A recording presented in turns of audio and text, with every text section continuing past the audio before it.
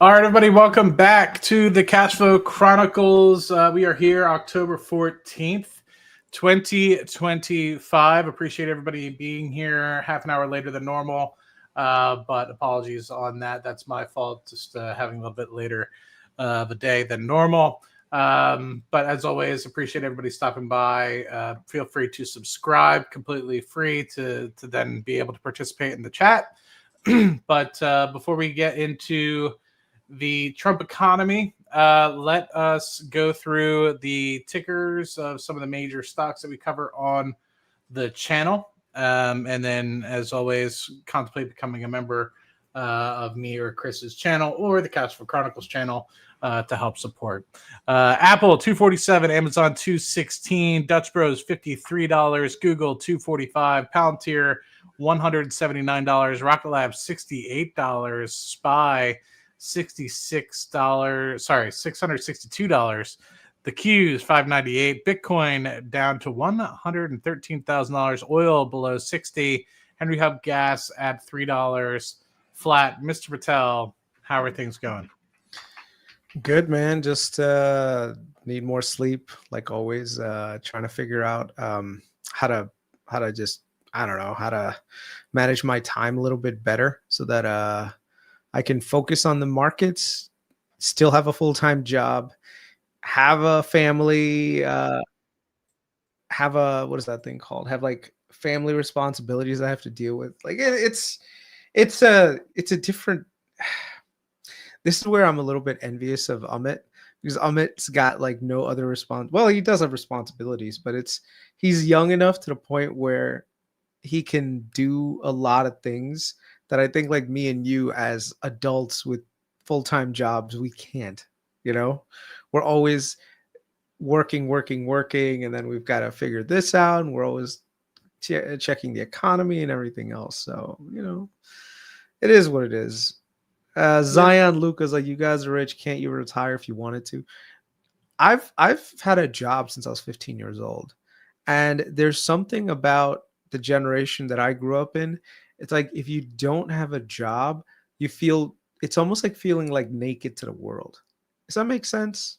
Like me and Matt, we've actually spoken about this a few times where it's like, oh, why are we still working? But then, if you grew up in that mindset that, hey, if you don't have like a full-time W-2 job getting paid, every 2 weeks, you feel like, oh my God, like I'm just not doing what I'm supposed to be doing.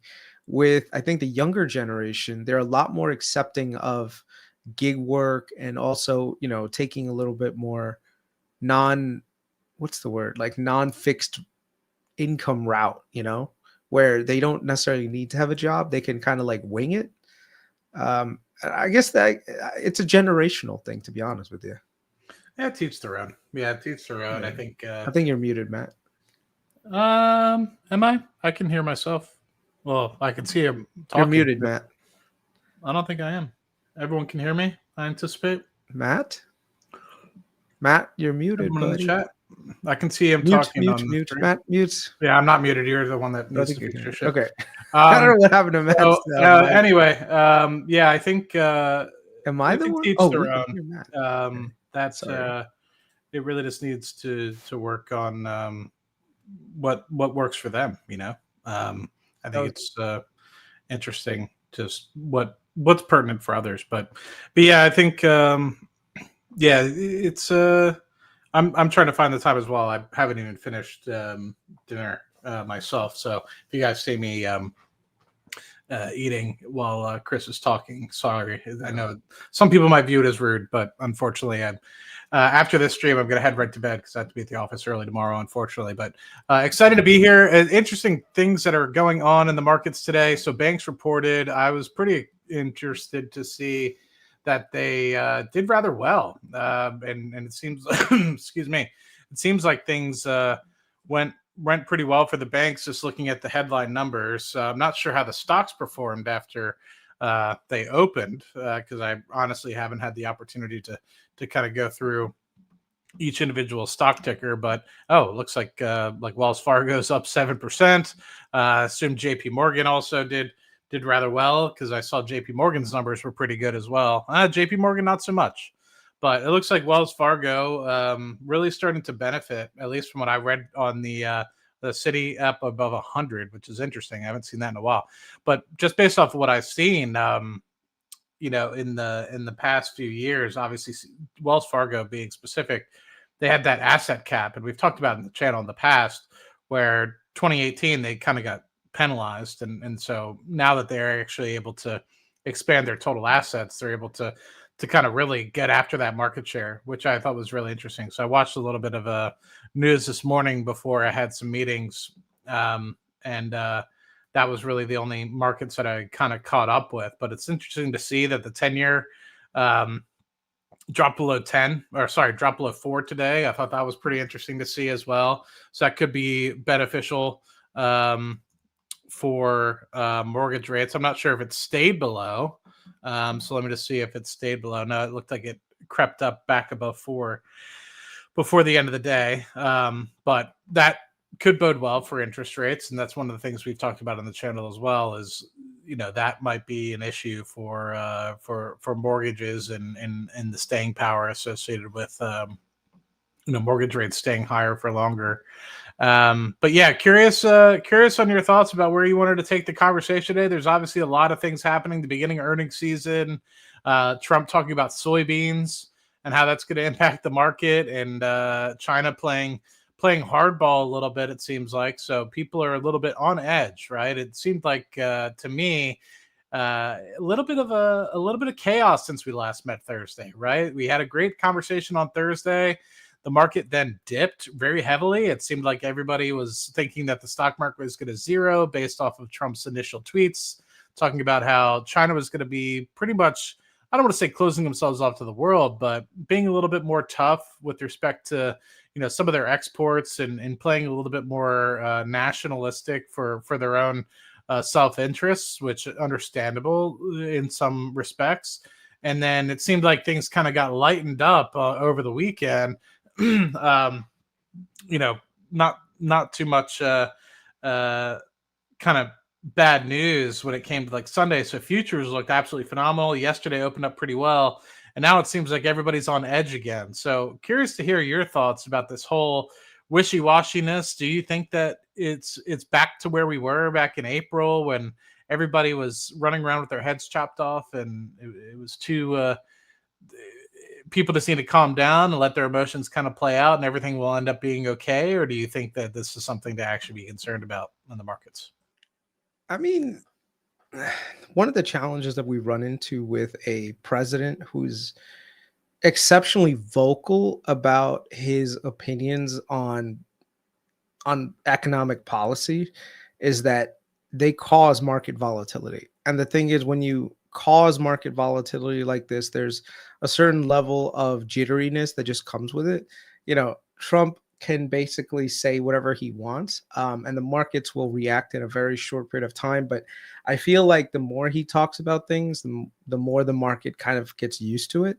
And for a long stretch since I think July, we didn't really get to hear much about like tariffs on China, and I think the US was playing kind of nice with China. But I think this week, Trump really wanted a lot of attention to go towards like the Middle East peace process and all that stuff. And so when China kind of announced their rare earth thing, that kind of set him off, because that sent him like, you're trying to take away my limelight. You're trying to take away my fire. And I think that kind of pissed him off a little bit. And that's probably what's causing him to kind of lash out against the Chinese. Yeah, and I think that's where we are. I it's weird because I think right now JD Vance, Besant, and all of these guys, they're just basically trying to like soothe things out, saying, look, Mr. President, the economy's kind of in a good place right now. Everything is working the way we need it to. We don't need to stir the pot. But I bet there's probably one of these staffers that's been assigned to keeping Trump's phone away from him, because like when he gets something on his brain, he likes to just put it out there. And when he puts it out there, it causes markets to move. So one of the challenges, though, is that guys like Trump can fire things off, but then like the rest of the people have to try to calm things down, right? And they have to kind of get things back to normal again. So that's what we kind of saw with JD Vance this week, which JD was trying to just kind of like, yes, Trump said this whole thing with China about we'll put 100% tariffs, and then JD kind of had to come out and say, no, we have a great relationship. Like I spoke to the president, everything's going to be okay. And so the market's kind of like got back to normal again a little bit. So this is just where we are, and we just got to follow our dear leader, apparently. I mean, it sucks for people that are trying to be more fundamentals based investors, because you're looking at certain things, you're looking at certain like metrics that are supposed to be coming out for companies. Like today, JP Morgan supposedly had a good quarter, right? And then something like this happens, it could mess things up. So it's one of those times where it's just hard to be in the market. It's hard to be in the market trying to be a fundamentalist. You have to be a momentum guy, and that's why we're seeing all the stocks that are Trump adjacent stocks, which are like riding on Trump's words. They're doing extremely well. Look at all the rare earth mineral companies. Everyone's like, oh, which company is Trump buying next for the US government, right? Which chip maker is going to benefit from the US taking equity stake? So unfortunately, this is not how I personally would like the direction of the Republican Party to go towards, which is very like state owned, like, I don't know, central economic planning model. You don't want to pick favorites and stuff, but I do understand some of the moves around critical minerals and stuff, how like the government has to kind of help transition us off of just dependence on China. But I also see the Trump administration basically picking winners when technically it's not the government's job to pick winners. But then again, there's also the other conversation that we have to have, which is, well, if these companies do really well, shouldn't the taxpayer get some of the upside in that? And for me, when I look at this, I'm like, well, if these companies do well, don't they pay taxes? So we're already getting an upside. Like, do we really need to take an equity stake and pick winners and losers? Like, no, like if Intel does really well over the next 5 years, we don't need to own 10% of Intel. Intel is going to pay us in taxes. We want the best companies coming forward. Like, we do not want the government picking winners and losers. And most of the time when you pick incumbent, like if you pick somebody, they tend to become too comfortable, and they become too comfortable. They don't innovate, and they fail. And the thing is, that's how centrally planned economies, they never end up doing much in the future. So I don't know. It's a whole lot of complicated ups and downs, but what are you going to do? Do you think this is a distraction at all to kind of take your eye off the ball about the government being shut down? And I'm not trying to get political about the government being shut down. I just think this obviously, and the government being shut down, could potentially have an impact on the economy, and also an impact potentially on the stock market. And that's why I bring it up. So do you think that this is potentially being used as a distraction to kind of keep people's mind off of it? Or do you think that it is actually something that needs to kind of be discussed, or do you think it's being blown out of proportion? I mean, he is taking away a lot of oxygen from Chuck Schumer. I mean, Chuck Schumer has been tweeting some really weird things about how, I guess, some young Republicans have like Nazi, like they like Hitler references on X or something. I'm like, damn, Chuck Schumer really is trying hard to get attention right now. And the thing is, Trump, whenever he says anything, it just sucks all the air out of the room.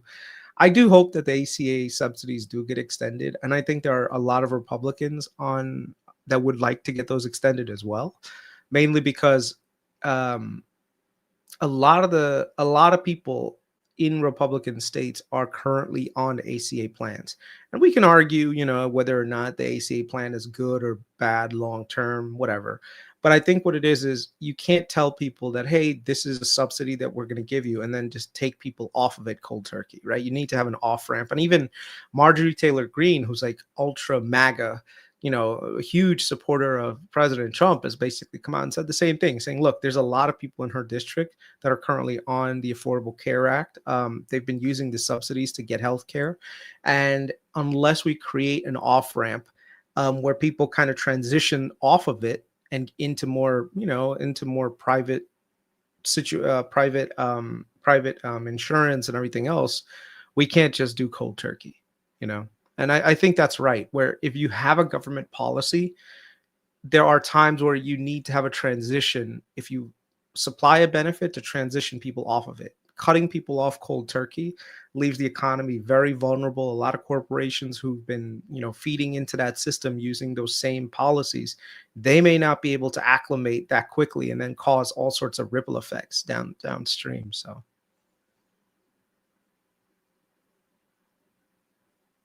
Let's listen to what the big bankers have to say about the economy, if you don't mind. Yeah. What do the moves signal to you amidst all this commentary about the U.S. economy being okay now, but maybe not for long? Guy. Actually, it sort of made sense to me, and I'm not pretending I knew it was coming. But J.P. Morgan, Jamie Dimon said his stock is expensive. We've talked about that. Almost 3 times tangible book. It is a little bit expensive. Thinking of former Wells Fargo, it's a re-rating. Wells was in the penalty box for years. They're finally starting to get out of that penalty box, self-inflicted, by the way. So now at little more than 2 times tangible book, maybe that's where it should be. Citibank, I think we've collectively talked about just being cheap to its peers.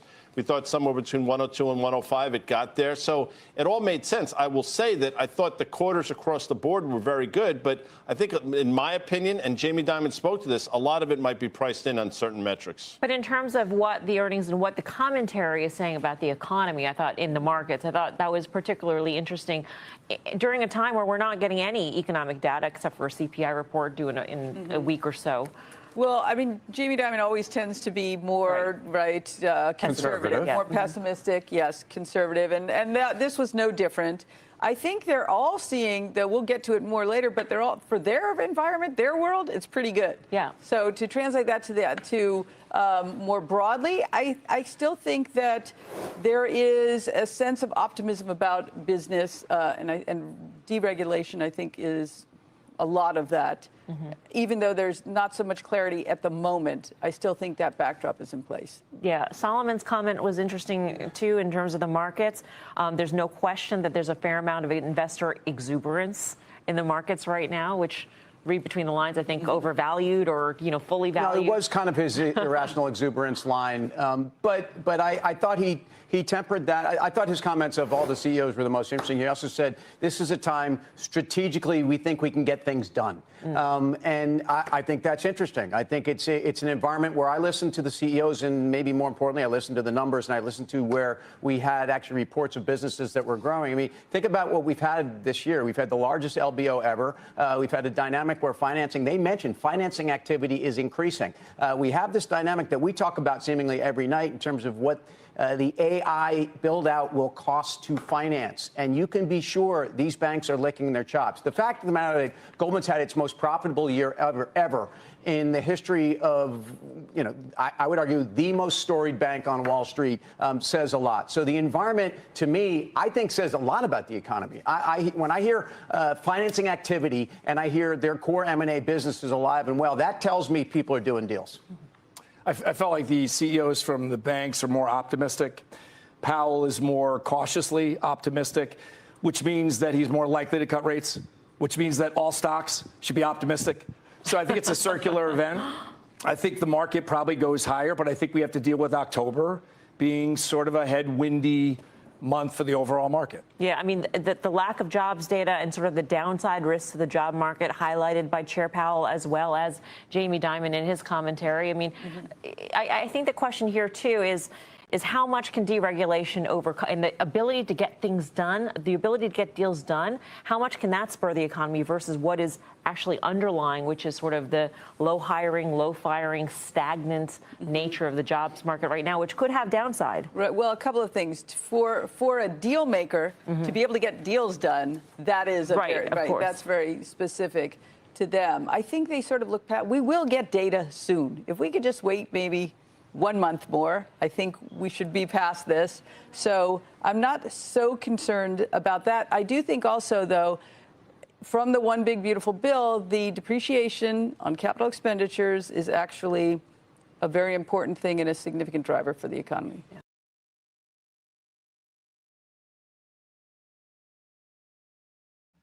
Mr. Patel, do you think that the lack of jobs reports and things of the like are going to be a surprise once we finally get them? Like, the thing that I'm concerned about is I've heard a lot of people that I know personally starting to mention fear of layoffs. I know some peripheral people that I know, unfortunately, losing their jobs. Nobody I know has been directly affected, maybe one or two people. But I think what I am now starting to feel, and I'm curious to get your thoughts on this, is while I don't think it was intentional to delay the jobs report, obviously it was just a byproduct of the government shutdown.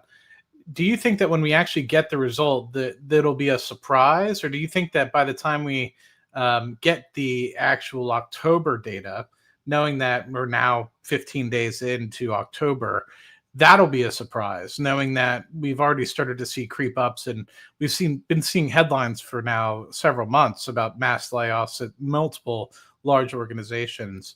And it wasn't even just recently. I mean, we've started to see unemployment trickling up for several months, even before a lot of these big name layoff sort of announcements. So I'm kind of curious in your thoughts of, do you think there's going to be a surprise that kind of spooks everybody and leads to a maybe more of a surprise cut or larger cut, or maybe softer move into the Fed than originally anticipated?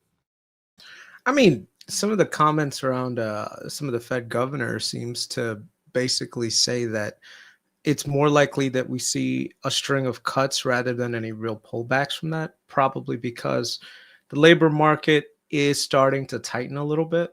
I think, and that's normal, right? Like we had such a uh, a crazy amount of liquidity getting pumped into the system, and now as liquidity is kind of being slowly drained out, you're starting to see the impacts of that, right? And those impacts are being felt by the everyday person. So, and theoretically, it's not necessarily a bad thing because we are trying to control inflation.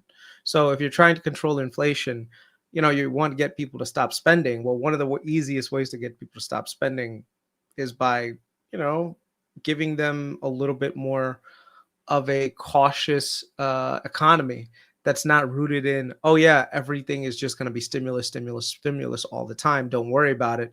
Go out there and spend like there's no tomorrow, right? If people feel like they don't necessarily have a 100% full-time job that's guaranteed, people are going to cut back on spending. And so aggregate, demand in goods and services goes down, and the economy slows. Don't get me wrong, the economy slows, but at the same time, so does inflation.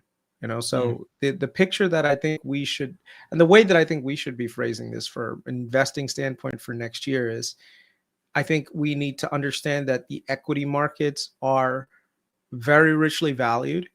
They're on the fence right now. I think there's been a lot of people who are on bubble watch about something triggering a crisis, and that crisis leading towards the end of this AI capex cycle, quantum cycle, space cycle. What are some of the other industries that are just like rare earth mineral cycle? All of these things are just crazy overvalued right now, and so even something small could theoretically light the fire under this whole thing, and could light the match. Like, I don't know. Do you know what tricolor is by any chance? Tricolor? No? Tricolor? No. Yeah. Tricolor is was like a originator of for auto loans. And apparently they were rated, I think, AAA at one point, and they found out that there was a lot of fraud happening, and basically the bonds, they were like AAA bonds that actually fell off a cliff. Let me just see if I can show you guys. And then you're starting to see kind of the bonds for a lot of companies starting to get re-rated lower. So it's one of those things where I don't know if you've ever heard of this term. Like whenever there's cockroaches in the market, there's usually more. So right now, one of the cockroaches that was found is tricolor. So I think a lot of people are looking at this and saying, "Hey, wait a second. So if these guys were faking their numbers, who else is faking their numbers?" So I think right now it's still small. It's not impacting the general credit markets, but if it starts to impact the credit markets, that could be bad. But yeah, I think I'm looking at certain things and I'm trying to be more defensive for next year. I'm being a lot more tactical with like certain positions that I have. As an example, I took a pretty outsized position in Verizon. I know people are like Verizon, that's not an AI growth stock. And I'm like, it doesn't matter. Like safety is the way I want to be right now. So yeah. So yeah, it was interesting. I mean, they talked about a 3 times price to book for JP Morgan. I mean, I know JP Morgan's always been expensive. It's always been the premium bank since I've been around, and post great financial crisis. Because Jamie Dimon has been a killer, and he's literally run that bank like a well-oiled machine. Citi has always generally traded below 1 times book because of the assets that it's had, and now it's recently crept up to be north of 1 times book. And even Wells Fargo, so it is creeping up into the closer to the 2 times book, and I thought that was very interesting to kind of see that. I mean, you can't even go to the banks for safety anymore. Like it's in terms of cheap or defensive opportunities, and so I mean, other than what you're talking about with Verizon, I mean, where else can you really go? Johnson and Johnson's at $190 a share. I mean, where can you go in this market that is really quote unquote defensive that you can hide out in the event of, let's say, a large potential pullback where you're trying to hide from these large valuation sort of companies, like in the Nvidias of the world or Apples of the world, where if things kind of stop in the AI space, Geronimo and look out below. But you're hiding out in Verizon. But are the REITs a place to be as interest rates get cut and potentially the ability to kind of get weighted average cost of capital cheaper? I mean, I'm just trying to understand. You can't go to the banks, so where else could you go? Believe it or not, I think we might have to actually short certain things in our portfolio and go from there. Like I'm considering buying some puts on Carvana, some leaps on it. I'm considering buying some puts on Rigetti and all of these other quantum names just to, not the other thing is like you don't need to be huge about it. You don't be like, oh my God, let me buy like $100,000 worth of puts. You don't have, you just buy some because when the economy does turn, these guys are the ones that are going to collapse a lot more than anyone else. And so you can be mostly long everything else and be short certain things. And those short positions could theoretically outshine the hell out of your long positions and hedge you against any like dramatic move down to the long side, right? So basically, let's say like right now you bought Google, right? And you bought $10 worth of Google. Well, you could short another thing that's super overvalued for $1.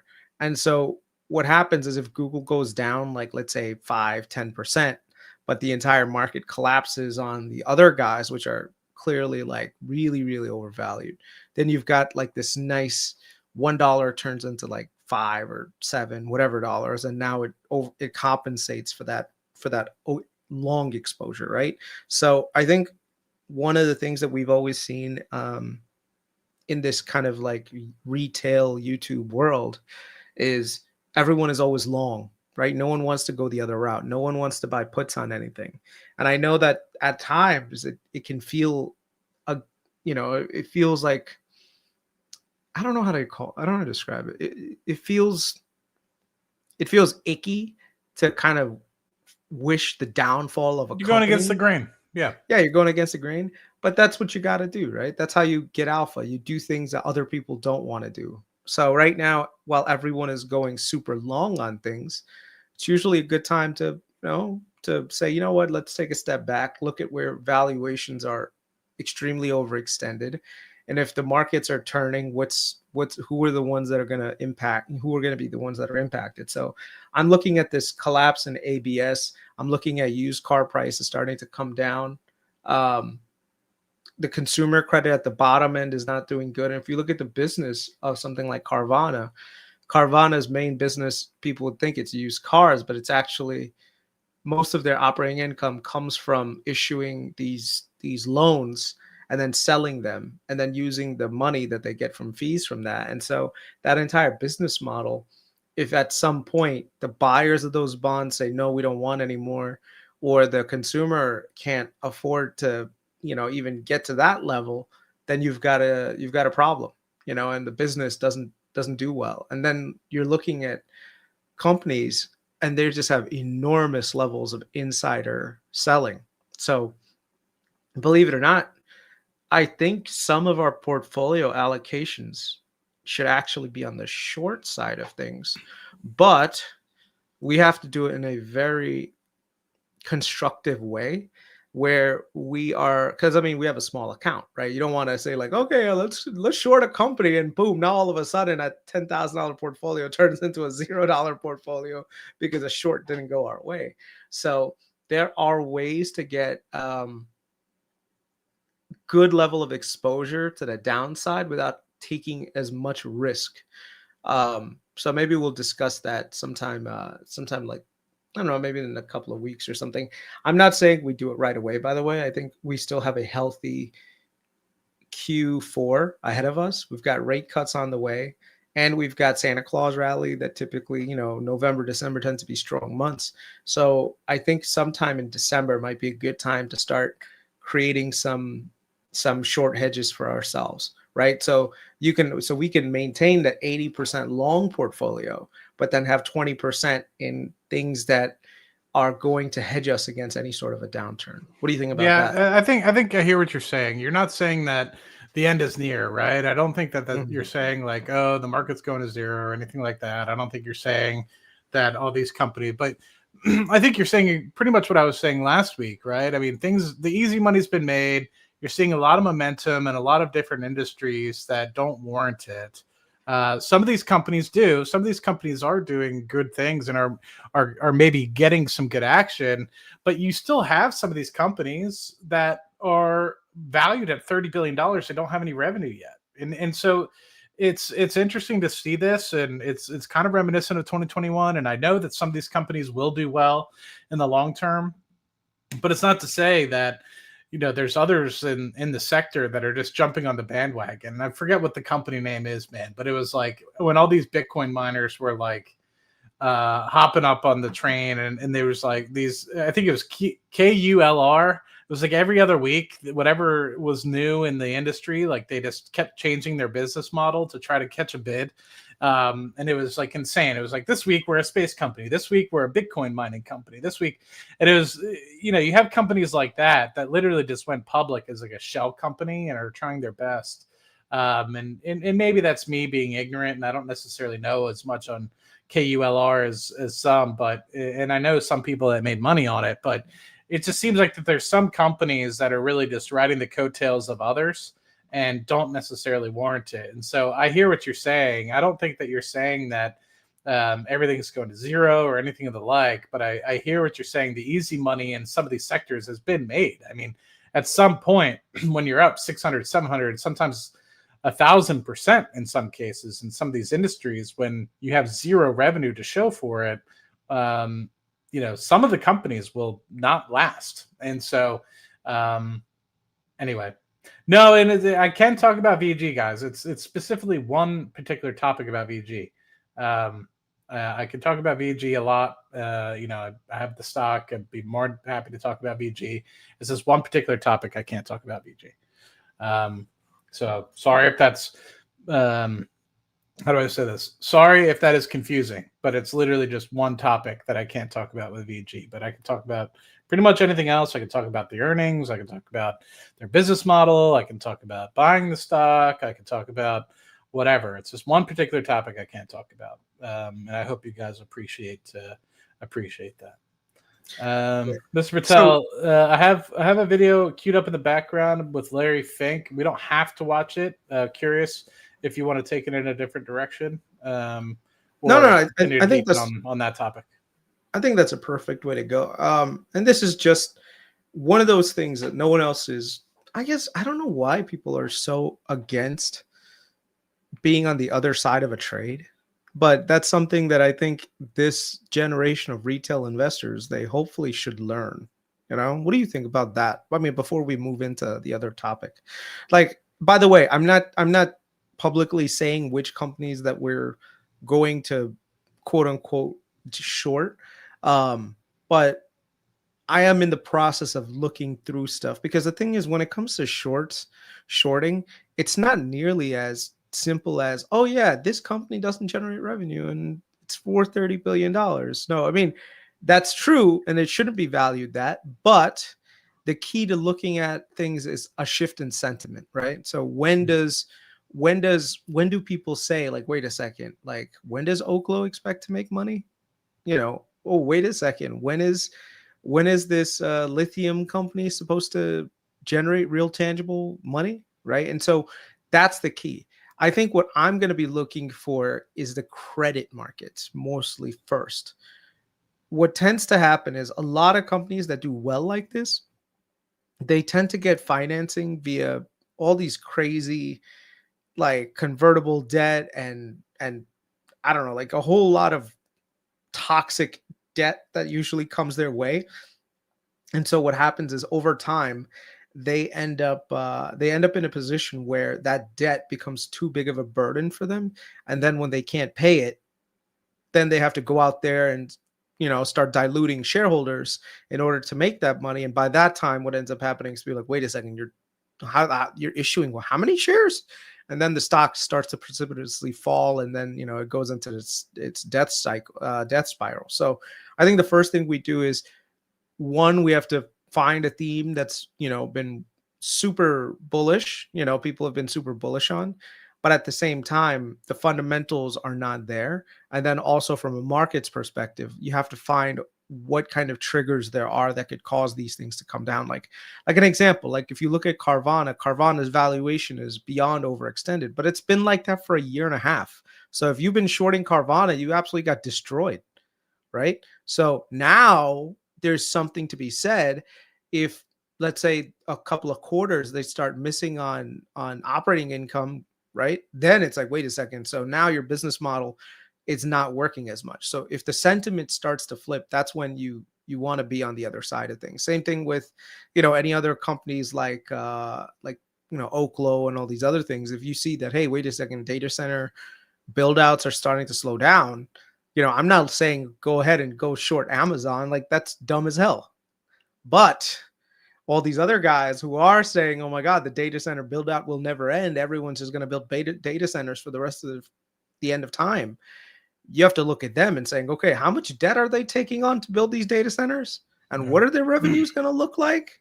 Like, is there a way that these guys are not going to get paid back? Like, what's going on here? So that's the thing. So we have to be very careful with how we approach the market. And there's always that saying, and you have to be careful. Markets can stay irrational longer than you can stay solvent. So even when it comes to timing, we have to be very careful with how we time the whole thing as well. So unlike being long on things where you could just buy something, hold it, and just go to sleep, with being on the other side of things like shorting, you have to nail not only the right company, you have to nail the capital structure which triggers the sell-off, and then you also have to like figure out like how to time this properly so that you maximize your returns without taking too much risk on the duration side. So and by the way, if you're ever on the other side of things, like going against a stock or going against an industry, you have to set very tight limits on how much you're willing to lose, because with shorting, you can lose, and you can lose a lot, and it could be something completely out of your fault. So just be ready for that if you do plan on going. I mean, and I'm glad you brought that part up, because I think that everyone in this conversation, as always, I like to bring it back to like what are we talking about, and how does this pertain to you, right? Because this may or may not at all matter to you depending upon your time horizon, right? And I think what's important is what actions you take from what we're talking about, right? So Chris is talking about, do we short some things, take low risk bets that could potentially pay medium sized returns if they go in the right direction. Some of you guys might sit there and say that doesn't even fit into my sort of wheelhouse, right? Because I'm looking at companies 5-10 years down the road. This is just a short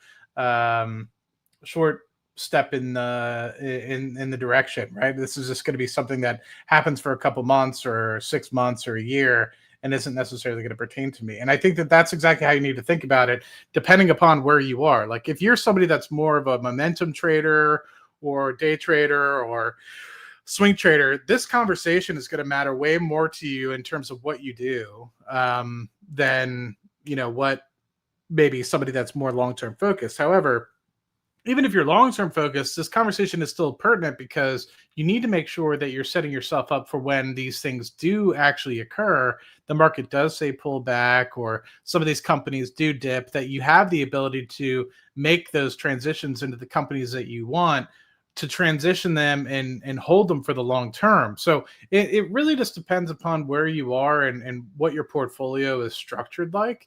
And so I always just want to caution people, like, just because Chris is saying something that he's doing or I'm saying something that I'm doing, you always have to bring it back to, well, how does that impact me? Because not to say that Chris is wrong, it might be right for his portfolio, but it might not be right for yours. And so I see a lot of people that unfortunately are either very new to the stock market or just get hyped up in the fact that they just want to be along for the ride. And Chris said it perfectly earlier. They want to be a part of this community, that community trades. And it's like, sometimes that doesn't always work, right? Like sometimes what the community is doing isn't always right for what's in your portfolio. And so, you kind of have to take that with a grain of salt sometimes of what's going on. And so I just hope that people are kind of thinking about this wholly. Just because you bring a topic up and just because something is going on doesn't necessarily mean that, you should be concerned about it. Like, let's just say, for example, prime example of this, you're a dividend investor. All you do is dividend invest, and you're living off of, say, a 2 to 3% dividend yield off of your portfolio. Really, you just need to make sure that all the companies that you're invested in don't go bankrupt. That's really all you need to worry about, right? You don't need to be worrying about swing trading into that, swing trading into this. All you really need to be thinking about is okay, maybe this company that I took a gambling bet on out of 10% of my portfolio is run up a little bit. Maybe I stick to my guns and go back to what works for me and what my true objective of my portfolio is, and sell out of that, right? And maybe let's take Rocket Lab, for example. Maybe you bought it at $3 or $4 because you said, hey, Matt seems like he knows what's going on with this. It's now run to $60, $70. Say, I'm actually a dividend investor at heart. Why am I into this company? It's run really well, right? I'm a person that's going to hold on to Rocket Lab. I'm probably not going to sell any shares. I don't see any reason to. They just had their 73rd launch today, 20th launch within the last 12 months. I'm very proud of the company. They've done phenomenally. But you might be sitting there as a 60-year-old individual wanting to focus specifically on dividends, right? That potential company might not fit into your portfolio. So it really just depends. And I hope that people are listening to this and digesting, not just going with, oh, Matt said this or Chris is doing that, because we're our own individuals. We have our own portfolio. Chris does a lot of things that might be specific to spreads. That might be something that's 2 to 3 months old, like two to 3 months, and he's out. I don't really follow that mantra, right? So we both have very similar mindsets with a lot of different things, but I just want to caution people that even though you're listening and digesting the same things, dependent upon your portfolio and how it's structured, you can do completely different things and still be successful in the market. So just want people to kind of think about that. Yeah, it's so funny. Just buy Oklo and chill. Yeah, exactly. It's funny, Matt. I wonder, like in 2021, how there were so many obvious shorts, but I wasn't mature enough of an investor to be able to invest in the downfall of those companies. I still remember when that one company, Energy Vault, was trying to sell the idea that they would store energy by moving blocks from the top and then like taking it down, and they were going to use that for energy storage. You remember that? No, you don't remember Energy Vault? Bro, that was so hilarious, man. Like, it was the dumbest thing. And then all the bird scooters and those things, I remember people used to just trash them. And I'm like, dude, I wonder what the margins on this thing are like if people are just destroying these things all over the place and they're only charging a couple of dollars. And if you really looked at the financials, you would have saw that they're just losing money hand over fist, you know? And those were the times to really like take the other side of things. So whatever. What were you gonna show? Go ahead. I was just gonna say, I mean, I think you brought up a phenomenal point with respect to the market still potentially has room to run.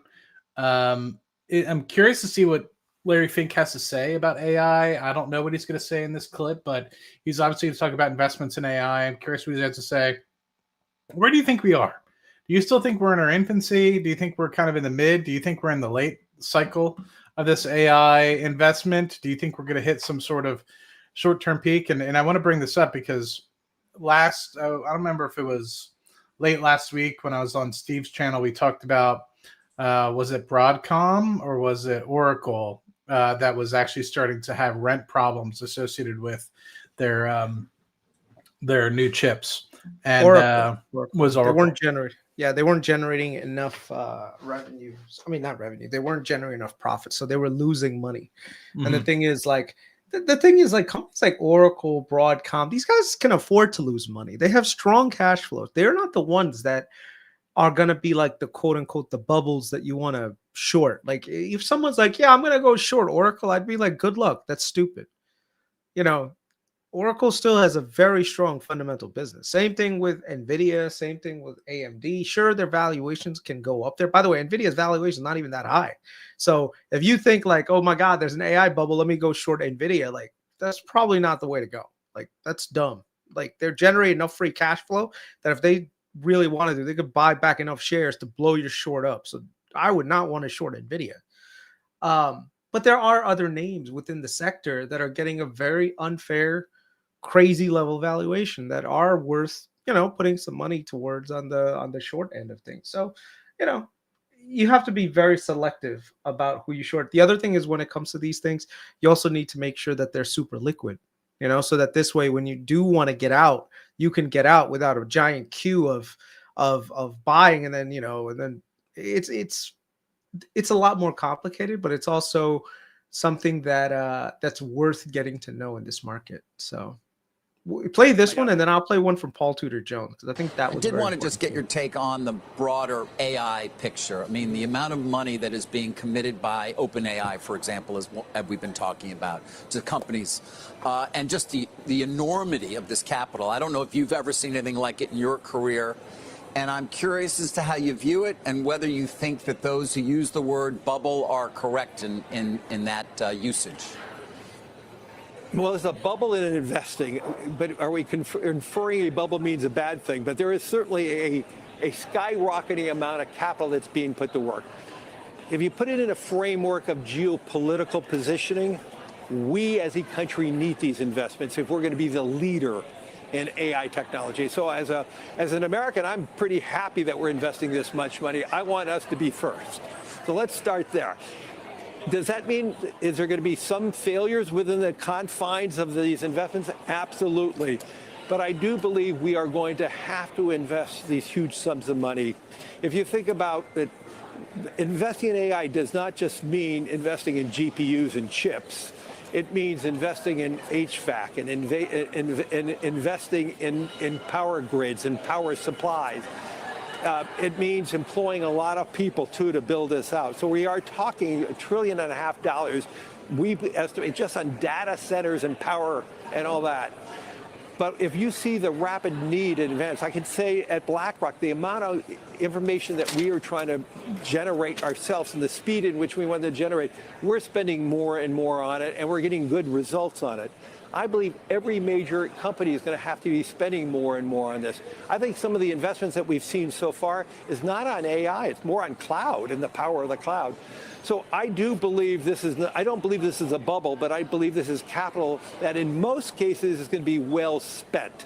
That being said, will there be one or two failures in that? Absolutely. And that is capitalism. We're going to have some big winners and we're going to have some big losers. And obviously we have to, but if you have a diversified portfolio, you're going to be fine and all that. Yeah. And if you're a stock picker, you better be picking the right ones. I'm pretty constructive on our big hyperscalers though. And I do believe the Metas, the Alphabets, the Microsofts are in really good position to be winners. And you're seeing the transformation out of Oracle and what they're doing and how Larry is trying to transform it. Broadcom, what Hoxton is trying to do. I actually am proud of the U.S. footprint in this. And I do believe we're going to need to spend this money to win on a geopolitical basis. All right, I want to give Jim the last word here. Last question to you. Yeah. Yes, Hi, Jim. Larry, when you've been on, the last couple of times, you've talked about public-private partnership, the need to be able to have something bigger to be able to attack the deficit, which continues to grow. Are you seeing that? And is this administration helping that? Well, this administration is very open to all businesses to talk to them to try to find ways that we could build our economy. So, there are many conversations going on with this administration. That being said, I mean, you're rightly in noting that the greatest risk we have for the U.S. economy is our deficits. And if we do not grow our economy by 3% a year over the next 10 years, our deficits are going to overwhelm this economy. And we all know it. If we could grow our economy by unlocking private markets, if we could unlock private capital, and we could grow our economy by 3%, I'm not worried about the deficits. That's a big that's a big leap for our economy, our scale, to grow at 3% a year for over 10 years. That's a big issue. And so, we need to be focusing on how do we unlock this capital. We need to focus on how to build this out. This is why I love this AI build out, why I believe we need to be building out our grids, building all this out. This is the type of stuff that could power a 3% economy. If you look at the second quarter results, 3.8% GDP in the second quarter, 50% of that was capex on technology. You know what? But if you compare that to Europe, or other places in the world, we're the only country that has this type of capex. That gives me confidence that we're going to win. And when I go around the world and talking about other economies, when I don't see that capex happening in their country, I worry about that future. Well, we have the capital markets to support it, and I guess they don't. Larry, we'll always continue the conversation, we hope as well, but appreciate your being here today. Thank you. Thanks, everyone. Larry Fink, Chairman and CEO of BlackRock. I feel like he said a lot of the same things that you did, Chris. I feel like he said, you have to choose the right ones. You can't just be willy-nilly about which ones you're kind of thinking about. And, I agree with him wholly. I think that you do need some sort of AI partnership, but I do think at some point you're going to see, or not AI partnership, you do need to invest in this sort of infrastructure and get prepared for the next leg up of computing power and everything the like. But I do feel like at some point the capex is going to pull back, right? I think right now, I think we're in a middle of it. But I think at some point you're going to start to see it taper off. Is it going to be 2026 or is it going to be 2027? I'm curious your thoughts. Well, see, that's the thing. That's the challenge. No one really knows right now. Like, it usually goes from companies financing things purely from their cash flows, and then they start taking on a little bit of debt, and then they have to take on a lot of debt. Because remember, at the end of the day, it's all about ROI. If you can't get ROI, then you got a problem, right? So if you're buying a whole bunch of chips and you're building on this capex and this data center revenue and everything else, and yeah, you're getting revenue and your revenue top line is growing. But if it's starting to impact your bottom line, investors will pull back eventually. And if they start pulling back, then it forces you to start pulling back. And right now, I don't think that AI capex is slowing down just yet. I think we're still pretty good. But at the first sign of trouble, I think we have to take a cautious tone. And this, let me show you something real quick. And I think this is kind of encompasses being on the other side of something and kind of getting getting a little bit of hate for it, but it's okay. So if you guys see this, this is from May 9th of 2023. So at the time, we had some issues with the regional bank, Silicon Valley Bank. So I was like, all right, you know what? Let me kind of look at some of the other ones that are out there just to see what kind of exposure that some of these guys had to to a similar illiquidity event. And I remember FRC, First Republic, they were very exposed to illiquidity. And I remember everyone was asking, like, what the hell happened? What the hell happened? And then, people were, pushing back a little bit, which is fine. They were like, you're showing nothing irresponsible. You're trying to say real estate loans backed by hard assets is way worse than entire treasury exposed to non-performing startups. Recently, so like I said, there were people who were very invested in it. And if you just look at the timing on FRC, because let's see. And like I said, I had no animosity towards anyone who held FRC. I don't really care. But this was the exact date. Look at this. 2/9, and then FRC, the day of, collapsed. Right here. It went from like $140 to like $9, and then eventually I think JP Morgan like took them out for $1 or something. So it wasn't like me trying to say like, oh my God, like I hate this company, I hate its shareholders, I hate the CEO. It was just, hey, listen, the situation for these guys is not good because they've got a lot of illiquid assets on their balance sheet. Like if you saw here, literally they had a whole bunch of what is that thing called? Let me just pull up the other thing. Damn it. Yeah, right here. So if you look at this, they had so much low yielding assets on their balance sheet that now with interest rates rising, they couldn't stay liquid. It didn't make sense. So this one was one of the easiest things to look at. And then once you saw it, it was like, okay, like, just take the other side of this bet. And I remember some people said, stop the short. Like it was like my personal vendetta against these guys.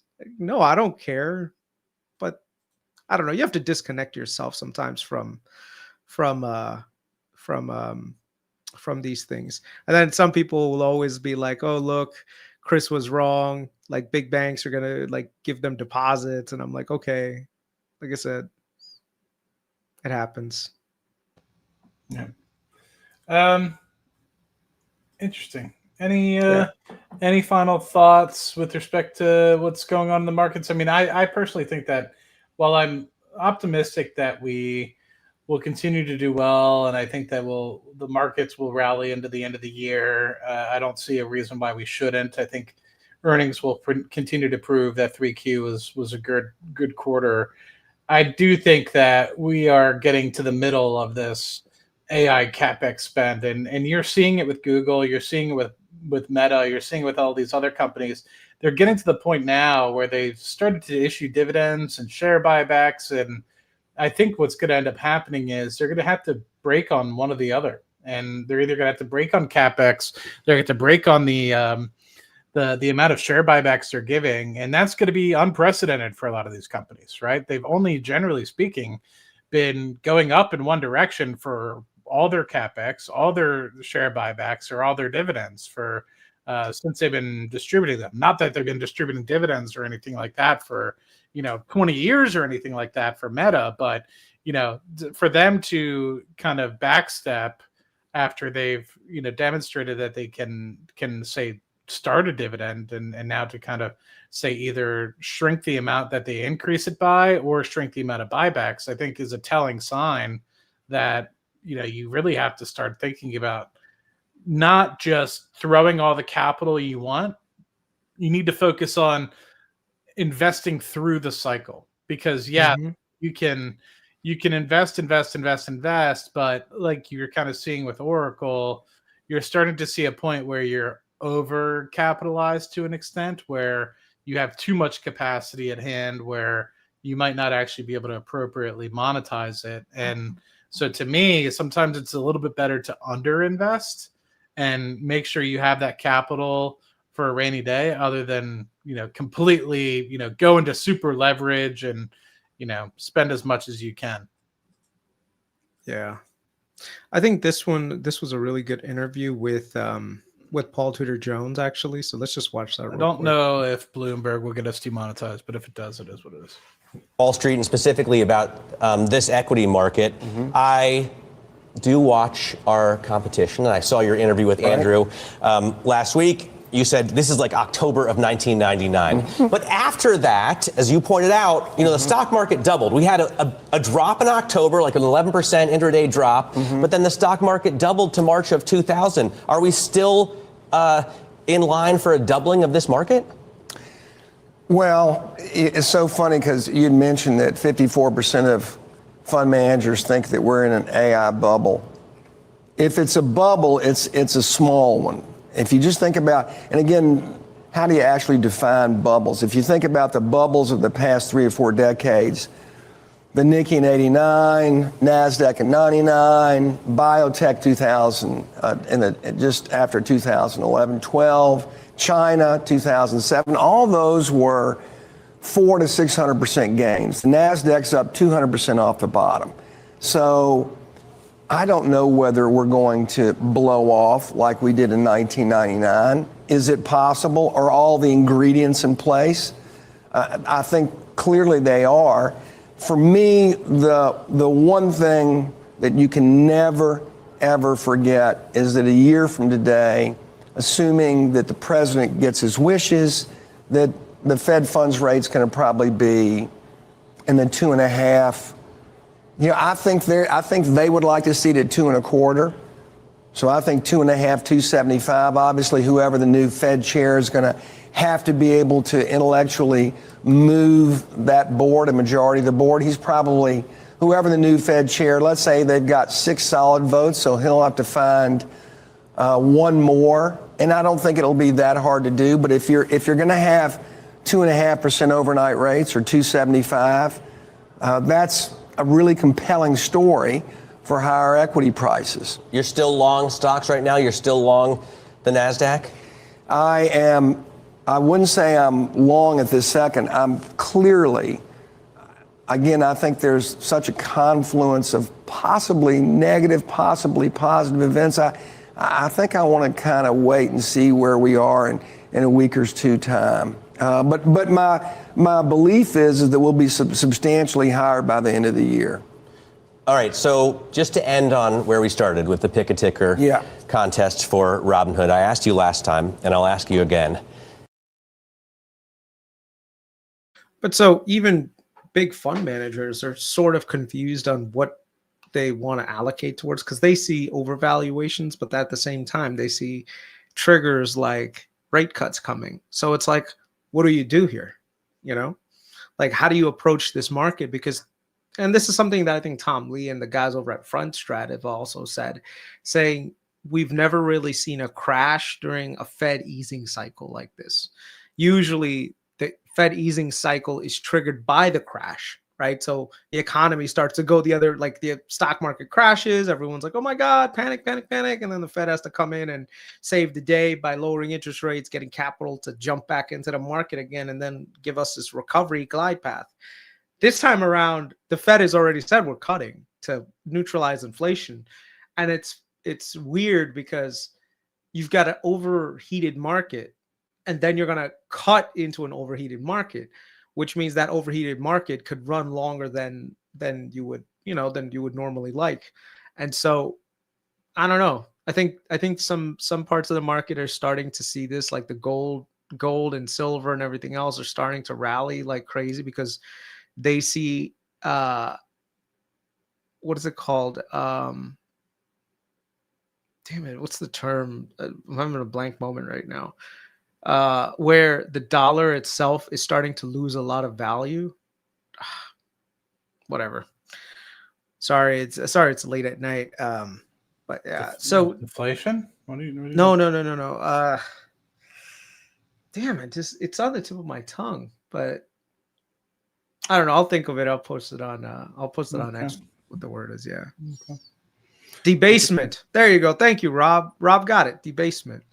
So the dollar is being debased. Usually, if the currency, the local currency that all of these equities are priced in is getting debased, that means that now there's more dollars chasing after goods and services, which means that's usually like growth heavy, right? So if you think about it like goods and services, if something that you had cost $10 and now people are willing to pay $12 for it because the currency is being debased, from a nominal standpoint, you're technically making 20% more, right? Because people are paying 20% more for it.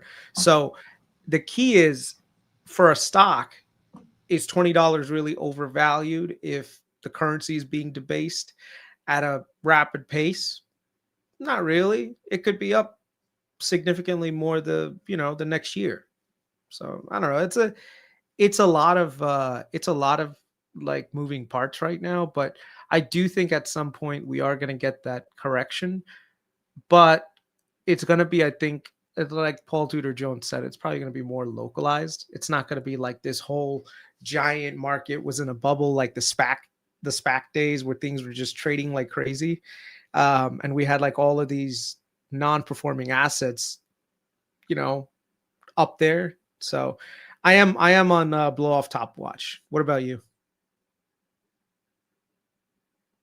In terms of blow off top, I mean, I definitely thought that things have been running for quite some time.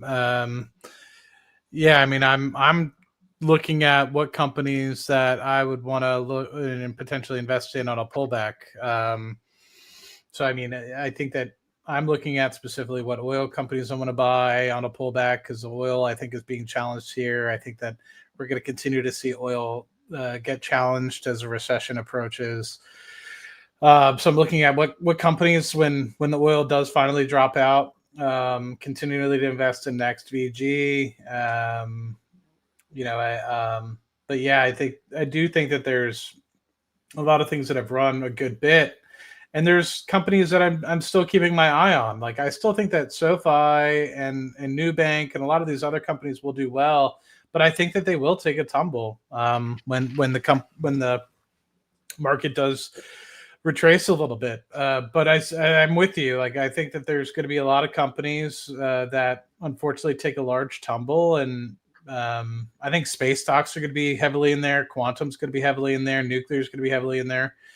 So, I mean, I'm not surprised that there's going to be a lot of potential opportunities going into 26 and 27. And same thing with crypto as well. I mean, I do think that we still have an opportunity to go up another 20-30% in crypto from here. I wouldn't be surprised if Bitcoin surpasses 150 before it kind of tops out and eventually in the second half of 2026 really comes off of its peak and goes into a sort of crypto winter. But and that's kind of 6 months later than I was really expecting. But I do still think that in 2026 we will enter some sort of peak and pullback in crypto.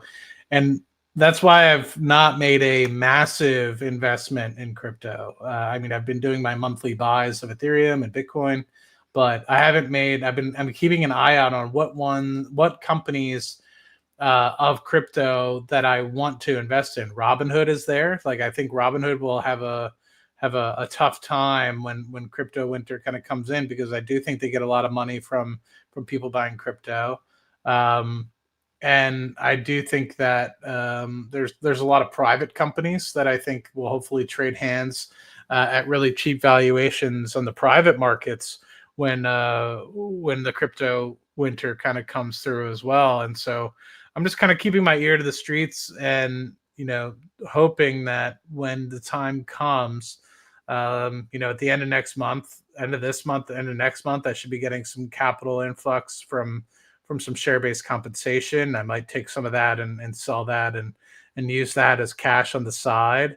That'll be a nice little chunk of change. That's like half a position's worth of capital that I can use. So anyway, I think it'll be interesting to potentially see what companies, and it's not to say that all companies will fail. I just think that some of them have just run too much, too fast, and some of them will do well. But I just think that there's a lot of companies out there that have just extended too much, unfortunately. One quick thing. I know everyone keeps asking. I am still long Venture Global. I am still long. We can talk about it. Not a problem. I am still long both companies. Their cash flows are strong. They're not going anywhere. These are infrastructure companies. Will they get hit by short-term volatility? Absolutely. This is not a pre-revenue company. This is actually generating very strong revenues, have a very strong revenue growth profile. They do have debt on the balance sheet, but that's a tailwind for them. When you have an infrastructure company that has massive amounts of debt on its balance sheet, interest rate cuts help tremendously. So you got two things coming. You've got interest rates that are getting cut, which helps them finance their debt at a cheaper price. And then also, it makes it easier for them to borrow more money if they do want to do growth projects further out, right? So strong companies that can deal with the short-term headwinds that come from regulatory issues that I still remember people were selling off next decade because of regulatory issues in last year, and the stock was trading for like $3 or $4, right? And that I thought was a much bigger issue than something that's happening to Venture Global right now, which is just literally arbitration on dealing with short-term parking tickets that they're dealing with right now. So if your mindset is, oh my God, I think that this business is going to fail because of $1 billion hit to their profits when they're generating almost 6.5, 7 in EBITDA, what can I tell you? So I would say at this level, I am very bullish on Venture Global because the valuations are extremely low compared to where they should be. But it depends on your time frame, right? So if you're saying, oh my God, is this going to be $9 next year? Maybe. I do know that it's going to be much, much higher 5 years from now and 10 years from now, because those strong cash flows will eventually translate into dividends, will eventually translate into share buybacks and debt repayments, which means that it works out for all three things. Like I said, this is a solid business. It's a solid business model. It's not being disrupted. The cost of and the barrier to entry in this business is literally one of the most extreme things that the hurdles that you have to get over, right? You're talking about going out there and raising tens of billions of dollars from investors. It's not easy to do that. So it gives you like this giant moat around the business. They do have some reputational risks that I'm sure that they're going to have to work on, but it's nothing that's like a kill shot for them. So like I said, follow the cash flows. If you're a long-term investor in companies like this, you will do well. Will you deal with the short-term volatility? Yes. This company just went public. It's still not at a point where the general market recognizes the value yet. It's still dealing with some of the hangups from these litigation issues that they have with some of their supplier partners. But over time, those things get resolved, right? And when they do get resolved, it's anyone's guess when it's going to get resolved, but you're looking at really, really good returns in the future. I mean, it happened to Palantir. It happened to Robinhood. It happened to SoFi. A lot of companies, when they first IPO, they come off really strong. They have these pullbacks. The business consolidates. People figure out the real value, and then people start to add slowly over time, and then you just start to see it go this way. So LNG is not going anywhere. It's one of those fuels that's going to get us into the 2030s and maybe even beyond because of just how important it is. These companies provide that LNG. Europe is pretty much all switching over to LNG from the US. There's not a lot of places in this world that produce, that have the abundance of natural gas that we do here in the United States.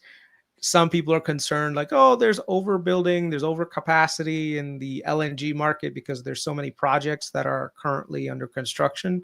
But dude, that just means that people are going to become more entrenched. I think one of the crown princes of Qatar was the largest natural gas exporter. They asked him, like, are you worried that there's so much US LNG capacity coming online and the Europeans are buying so much and that would actually collapse the market for LNG? And the guy said, no, because people are becoming more dependent on LNG. who wants to be in an industry where the price of LNG spikes up and down all the time? Like, wouldn't you want to just have a nice, steady, fixed supply from a reputable country that's gonna keep providing it to you in an industry that is that's heavily invested towards it? So he was very bullish. It's like, yeah, I agree. Why not be bullish? Any thoughts on the industry in general, Matt? Yeah, I mean, I get very frustrated with people because I don't know how much more I can say it other than, to me, it's always been a long-term investment. I experience this a lot, right? I mean, I've done this with Palantir, I've done this with Rocket Lab, and I don't know, maybe this is stuff that sorts of tires me out a little bit, but I dislike when people buy a stock and they immediately expect it to go up, right? You're investing, right? You're not, gambling and expecting immediate returns. I bought the company Next Decade, not because I wanted it to go up tomorrow. I bought Next Decade because I wanted it to go up in 2035 timeframe. That was always the plan. That was never, oh, it's down, so I guess I'll wait 10 years. Like, that wasn't like a shift. That was always what the thought process was when Chris and I started to do research and kind of look into this company. And so it bothers me when people just look and be like, oh, Matt's investing in VG. Oh, Matt's investing in Next. And they just say, well, Matt's got money in his bank, so I'm just going to do that. And it's not up tomorrow. So, Matt, why not stock exactly up and right like every other stock? And it's like, well, you have to recognize why you're investing in some of these companies to begin with. And if you don't have the understanding as to why you're investing in the company, then just don't invest. And I'm not saying that you can't ask questions. Of course, ask questions. But to sit there and be like, oh my God, I've been investing in the stock 1 month. Why no Lambo? It just gets me a little bit like frustrated to an extent. I echo a lot with what Chris said. I invested in these companies because I see in the long-term macroeconomic environment for the United States, we're exporting about 110 metric tons per annum today in the United States. And at the middle of next decade, no pun intended, we're going to be exporting at about 250 MTPA and potentially by 2040 upwards of 300 MTPA. And if you're thinking about specifically what companies that will be, the majority of that is going to be coming from Venture Global, and a large portion of that potentially as well will be coming from Next Decade. So if you're thinking specifically on what is Matt and Chris's plan, well, I can't speak for Chris, but me looking at this, looking at the landscape, I said, holy shit, these guys will literally control 40 to 50% of the entire market share of US exports by 2035. I want to be involved. And so that's why I'm making the investment, not because they just started exporting in 2022 or 2023. That's not the reason why I'm getting involved. And so the approach that I take with a lot of my investments, Rocket Lab, Palantir, they generally speaking lose money before they make money. And so, I want people to kind of understand, maybe Matt's always early. And in fact, I have a coworker that tells me he always waits 6 months to a year after I start investing in a company because it generally goes down, and then he invests and he always gets a better cost basis than I do. And it's the truth. He does. So Sam, fuck you. But anyway, regardless, I think that the thought process is you really need to think about what kind of investor you are. And if that doesn't meet your objectives, then that's fine. No harm or fail. That's okay. But I just want you to recognize that, like, I'm not here to appease the stock that goes up tomorrow, right? That's not why I'm here. I'm here to make myself money, and hopefully, by me talking through and sharing my experiences of how I've missed out on, things that I've done in my investing career that have probably made me miss out on hundreds of thousands of dollars of earnings based off of my mistakes. I hope that I can potentially get you up the learning curve. And that's always been my objective. And so my thought process is with that. I mean, I'm sad that a lot of people are confused about what's going on with VG. I can't talk about the everything with it, but I could talk about the cash flows. I could talk about the business. I could talk about pretty much 99% of the shit that you want to talk about with VG. And so apologies that there's any sort of confusion out there about what I can and can't talk about. But, you know, I'm long the company. I'm buying more tomorrow. I have money that came into my checking yesterday or today. And so on the 15th, every month, like clockwork, I'm going to be buying more next decade. I'm going to be buying more venture global. I'm going to be buying more Bitcoin. I'm going to be buying more Ethereum. And so there were some other things I paused. I paused Nubank. I paused SoFi. Not that I dislike those companies, but I just think that right now there's another company I want to buy more of, which is Dutch Bros. And I think it's been depressed a little bit. So I'm going to start initiating more buys into Dutch Bros. It's something I've always regretted not buying more of. So I took that money that I'm normally buying into New and SoFi. I'm going to start using that capital to do bi-monthly buys on Dutch Bros and hopefully get that position up, you know, a couple hundred shares. And so, yeah, I mean, hopefully that clarifies some things. And it gives you guys, like, here I am talking about VG. I'm not banned from talking about VG, you know, but I just want you guys to know I work in the oil industry. When I have an idea about the macroeconomics of what's going on, and, you know, I'm no expert by any means, but I do study a lot of this stuff. You know, when it comes to oil and gas, you know, I work in it pretty extensively, and I do a lot of market research because it's the environment in which I work. And so, but like I said, I'm no expert, but I have a passion for LNG. I try to push certain companies to do more LNG. All right, that's it. Stop talking about it. That's it. We can't go any further. Stop. Yeah. I think what's really pissing people off, to be honest with you, is because they see like these companies running and they're like, how come the company that I'm invested in is only going, it's not going up, but these companies are going up, you know? And the thing is, like, the Twitter mafia is really pushing. Like right now, the hottest thing in the market is all the Bitcoin to AI data center conversions, right? Like you look at like IREN, right? IREN, look at this chart on IREN. It was literally $7. Now it's 69. And so people are saying to themselves, why am I holding Venture Global? Why don't I just buy some IREN? IREN is the play, you know? And I think what it is people feel like, oh my God, like, you know, these guys, they don't know what they're talking about because the company I didn't invest in 10x'd. Like if I had listened to someone else who did call IREN, they'd be up. And I'm like, well, you know, if you want to invest in IREN, invest in IREN, I suppose. You know, same thing with a lot of the other crypto miners. Look at this. They've all gone parabolic. Mara's almost at 22 now. Cypher mining, it's at 20. Riot is at 22 now. Hut 8 mining, Core Scientific, which was, I think, didn't they get bought out by CoreWeave or something? And then there's BitDeer, you know. So everyone is looking at this and saying, oh my God, like, they're FOMOing, right? And that's the thing. Whenever you see these things happen, it makes you wonder, like, okay, what's the actual real tangible value on these things? And the thing is, even like on Twitter, let me just show some, like, look at my Twitter feed, okay? Let's see, Mackenzie Bezos. I love what's his name? Garcia. Garcia's got really funny things with Andrew that he's been posting. Let me see. I don't know. Maybe it's calmed down a little bit. But literally during the daytime, I'll look at this and it always ends up being like this data center company. I mean, this AI miner, crypto miner is now doing AI and everyone's kind of just pushing it out. Jeez.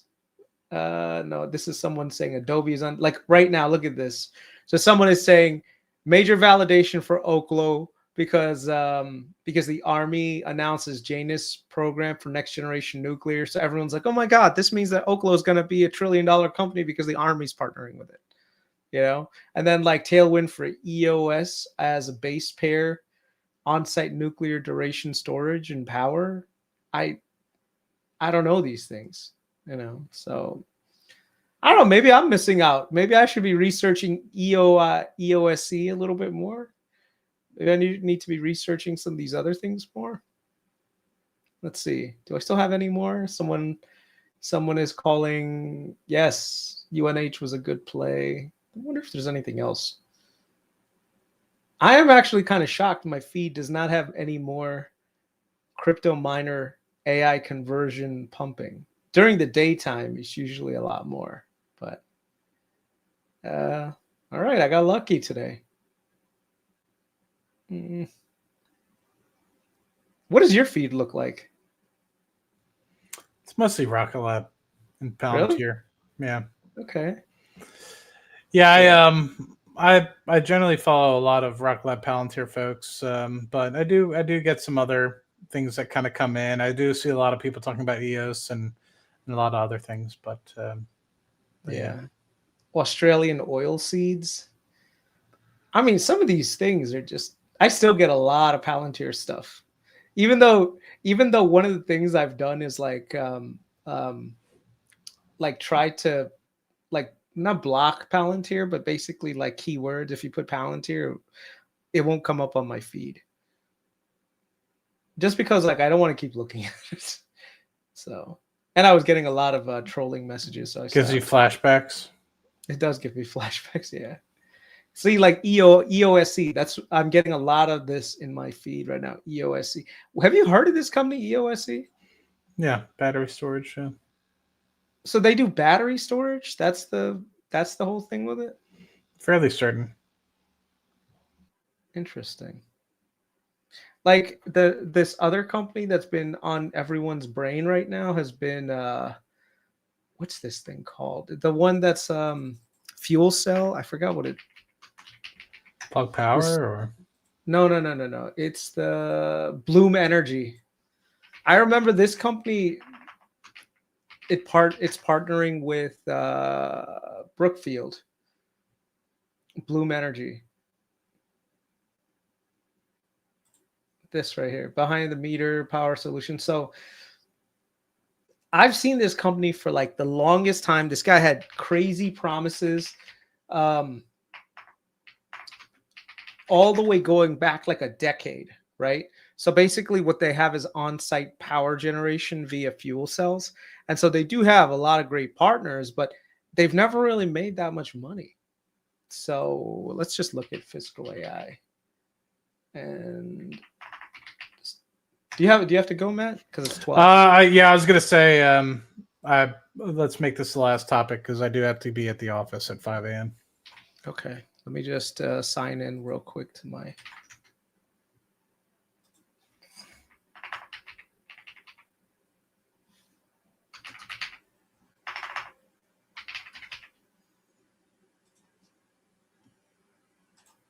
Okay, so you can see here, look at this. This thing rocketed from $10 now to almost 114 based on that news, and it's still climbing. I mean, they have been growing their revenues. At least that's a good thing. So the revenues have going up since 2016. Nothing crazy, but revenues are up. Gross profit and operating profit. Let's just see EPS on a diluted basis. Oh, okay. So they are reversing. Their operating profit is going the other direction. And the gross profit is higher. Huh. Interesting. Looks like they just had their first profitable quarter. Yeah. Yeah, it's interesting. Well, I'm doing last 12 months trailing, so yeah, but it seems like that. Huh, maybe there's something there. Interesting. What's the market cap on this thing now? 20 billion. 20 billion on 8 million in operating revenue. I mean, operating income and revenue of about 1.5 billion. I don't know. I haven't seen anything super unique about these guys, but let's just do some research. They don't have anything.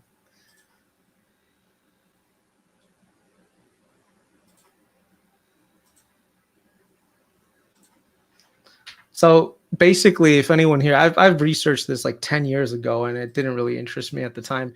Basically, they have these things. These are just fuel cells. So you put like natural gas through them, and they convert it to electricity, right? So it's pretty much on-site power generation.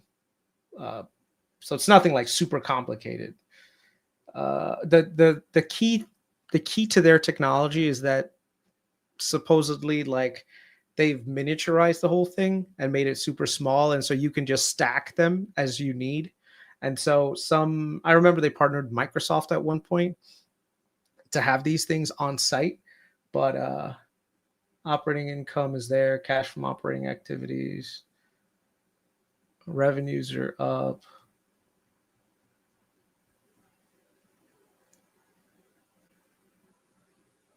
Gap net loss to income,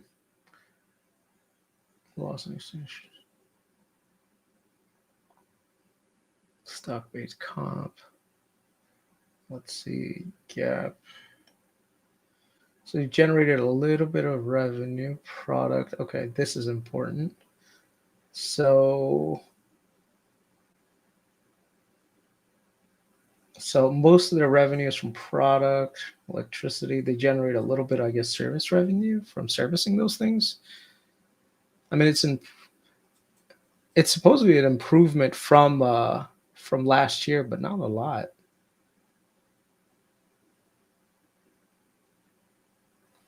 I don't know. I don't see this as like a growth vector for them, unless they have something super unique. I don't know if this is the play. But then again, maybe this is another company that's benefiting from like the AI data center build outs, where if you need electricity on site and you don't want to get like a 100% grid hookup, you can get attached to these things and basically generate electricity, right? I think this would be useful for remote locations where you're potentially developing oil and gas, or where you have access to say natural gas pipelines, but you might still be in a remote-esque sort of location. Because you think about it, what other people might be trying to think is, oh, well, maybe I can install solar, or maybe I can do wind, but unfortunately it requires a lot of infrastructure build out for those sorts of things. So it really just depends. Yeah, I mean, this was the whole thing really quickly. I'll keep the thing muted. Actually, let's see if There's no sound. No sound, Chris. Oh, you don't hear anything? Wait, you don't hear anything? No? Okay, give me 1 second. Let me just share screen, window. Okay, there we go. It's only a minute. Still nothing. Oh, sorry. Give me 1 second. Settings. Also share audio window. Oh, that's why. Gotcha. Bam. Sure. All right. Needs to decarbonize, but renewables alone won't get us there. Creating affordable, clean energy requires one small but mighty molecule, hydrogen. Until now, creating clean hydrogen has been too expensive, but everything's about to change. Introducing the Bloom electrolyzer. With Bloom's unique solid oxide approach, clean hydrogen can be created more efficiently than ever. Unlike other electrolyzers, Bloom's runs at higher temperatures and requires less electricity. In short, it's the world's most efficient electrolyzer. And when paired with renewable energy sources, our electrolyzer is the best way to create low-cost, clean hydrogen. At Bloom, we believe better energy creates a better planet. So join us. Affordable, carbon-free hydrogen starts here. Wait. Why do you need an electrolyzer? Like, for what? I don't know. You said it was natural gas conversion. I have no idea. No, I mean that's what the guy originally said. Bloom Energy. This was like, hold on one second.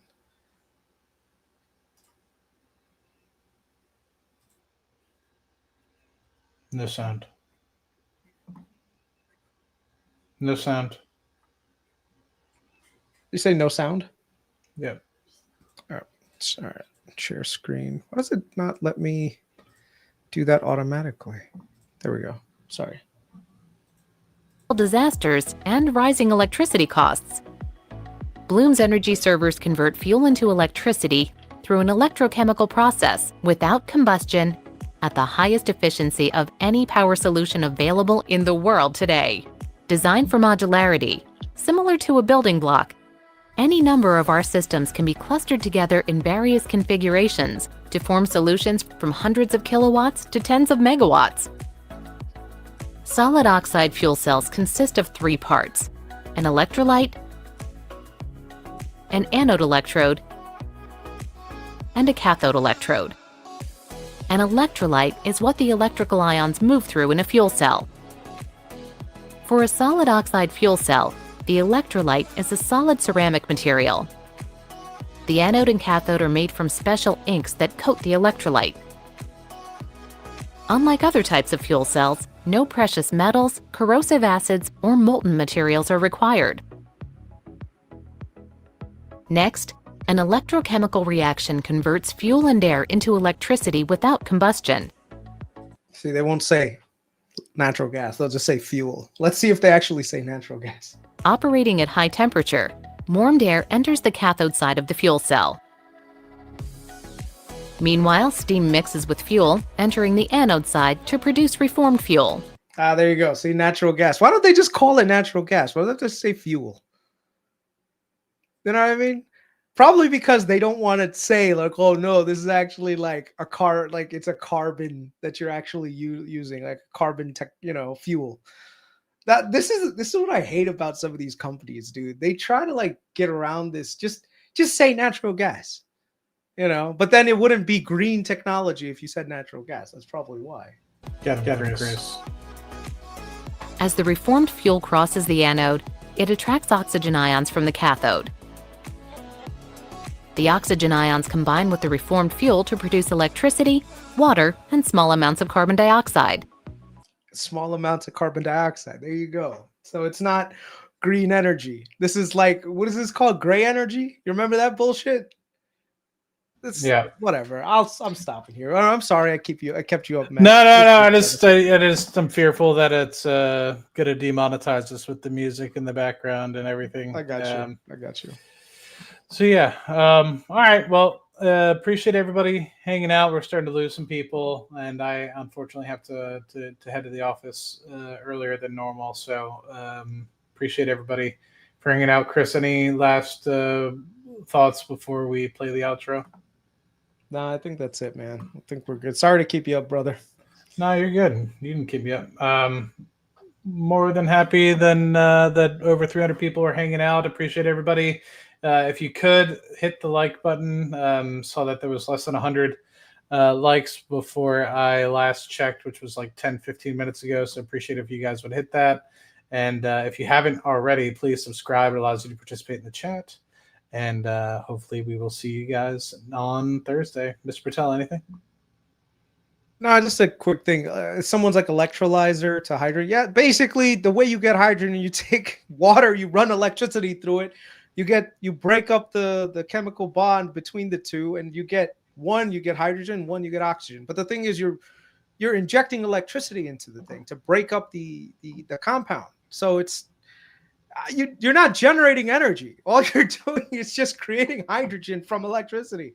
Where do you think that hydrogen? I mean, where do you think that electricity comes from? It comes from natural gas. Comes from solar and wind and whatever. Sorry, man. This just gives me a headache. Your what? My quantitative. You show me a pay stub for $72,000 on it, I quit my job right now and I work for you. Be first, be smarter, or cheat. I'm not fucking leaving. Sell it all today. Or look at it say.